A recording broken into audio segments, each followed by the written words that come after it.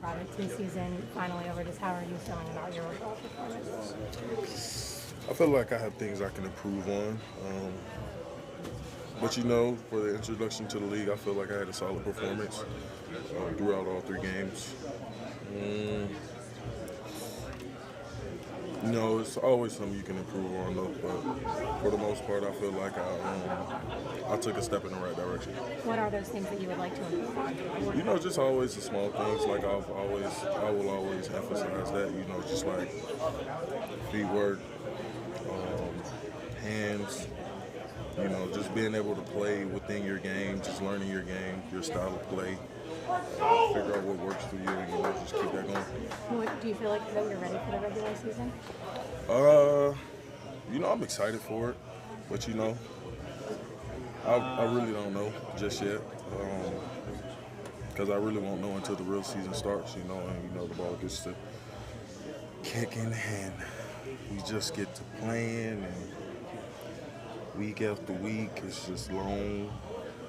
But, I went through that at Georgia, so it's really not as bad as people think it is. Because, the practices aren't as bad as college. So, that's the plus of coming to the league from college. But, it's longer hours. You have more studying, more film. You want to take care of your body more.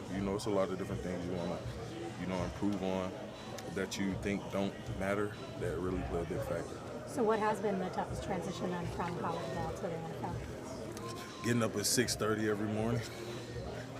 I feel like that's the biggest thing for me, because me personally, I'm not a morning person. I'm not going to lie to you. So just being able to get up out of bed and, get my day started off right. But I feel like I've done pretty much. You're obviously engaged in a competition with Dan Moore, but what's your relationship with him like? Man, Dan's great. We don't look at it as a competition, because at the end of the day, both of us have a job to do. It just comes down to the best man at the end of the day. No hard feelings between me and him. So that's really all it is to it. What's the most important thing you've learned from Dan, being a veteran that's been in this system for a few years? Throwing, using my hands in pass pro, that was the biggest emphasis for me, when I first got here, just being more hands-on, using my hands, and, trying to fix that within the techniques. Nick Herbig's gotten a couple sacks in the preseason games. What's the toughest part about going up against him? His speed, without a doubt. I think his size plays a factor too a little bit, but his speed is for sure top priority, with him. He knows how to get off the ball. His speed sets up his rushes, so it's tough to play on, what I'm saying? If things are going your way and you got him on the other side of the ball, you might have a tough day. So. And you mentioned the size thing. I mean, he is undersized for his position. Is he someone that, you size up and you're like, I don't really know that I need to worry about you that much? Does he take you by surprise with his size? To me, it's really the smaller people that you have to worry about, because they got so much different,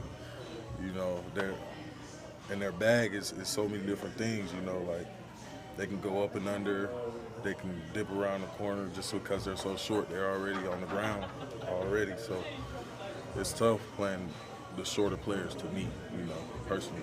Broderick, talk to some of the veterans about the long lull between the preseason finale and the regular season opener. They've said they've kind of gotten used to it in recent years. For you guys, the rookies, it's sort of like the lag between the end of the SEC championship game or your last season game and a bowl game or something like that? Not really. A little bit, but you really can't look at it like that too much, because you still got things you got to prepare for.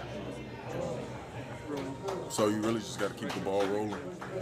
It's really like a year-round job around here. It's never finished. Even in the off season, you're always continuing to work on something. You're always trying to improve on something. So that's really how I look at it. Right up to that point, what do you do to keep that positive momentum going, and how can you do it without preseason games or with lack of contact really in practice? Man, just the love of the game. That's really what keeps it going. Because it gets tough. It's fun and all, like on game days and stuff. I like the actual preparation of it, and just the execution that you have to play to. The type of performance you're trying to have it has to be next level, which is draining. But you know, if you really love the game and you really love what you're doing, at the end of the day, you're going to get up and do it. 2 more? What's it like to find out your locker mate has been traded and not here anymore? Man, I was actually with him when he got traded, so like that was the crazy part. Like he knew it was coming. You know, it was just another opportunity that presented itself for him. You know, so at the end of the day, it is a business. He feel like that was the best. If that was the best thing for him, you know, then you just got to wish him the best of luck. We talked in the spring. You said the goal was bully ball. You see that potential still after coming out of camp here? Yeah, I mean, we were able to successfully run the ball, I think, and taking all the right progressive steps to be able to implement that in our offense, and we got the right personnel out there. So, yeah, I feel pretty confident about it. Do you feel dramatically different at this time than you did last year? Personally? Just how the O is going and how things have gone in the preseason games, that sort of thing. Yeah, I wouldn't say dramatically different. I mean, I think we're kind of, coming together a little bit more. I think, some of the younger guys are a little older now. We're gelling a little bit more. We got a lot of talent up front, a lot of talent with the guys carrying the ball, receivers blocking downfield. So I think maybe there's a little bit more buy-in, and it definitely feels good. It feels good. Does the buy-in just come from familiarity or getting a little more mature, or? Yeah, I think so. There? I think so. Believing in it, trusting the process, and showing up every day, continuing to hone our craft. That's been a big thing that Coach Salmon's been talking about, is coming in and just being ready to work and keep working on those skills relative to your position. Like he always says, and so in doing that, I think it's kind of all coming together for us. Mike Tomlin made an interesting observation in Atlanta. He said Pickett's better because he's comfortable, and comfort begets communication, communication begets leadership.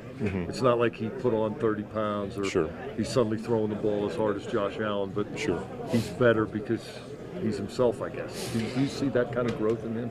Yeah, and with Kenny, we always knew that he had the physical capabilities and the leadership capabilities, but it truly is, like you said, a comfort thing. It's year 2 with him, in control, and so, he finished last season on a really high note. He knows what it takes, and so it's just natural for him to take that next step, which he has. Cool, thanks. I appreciate it.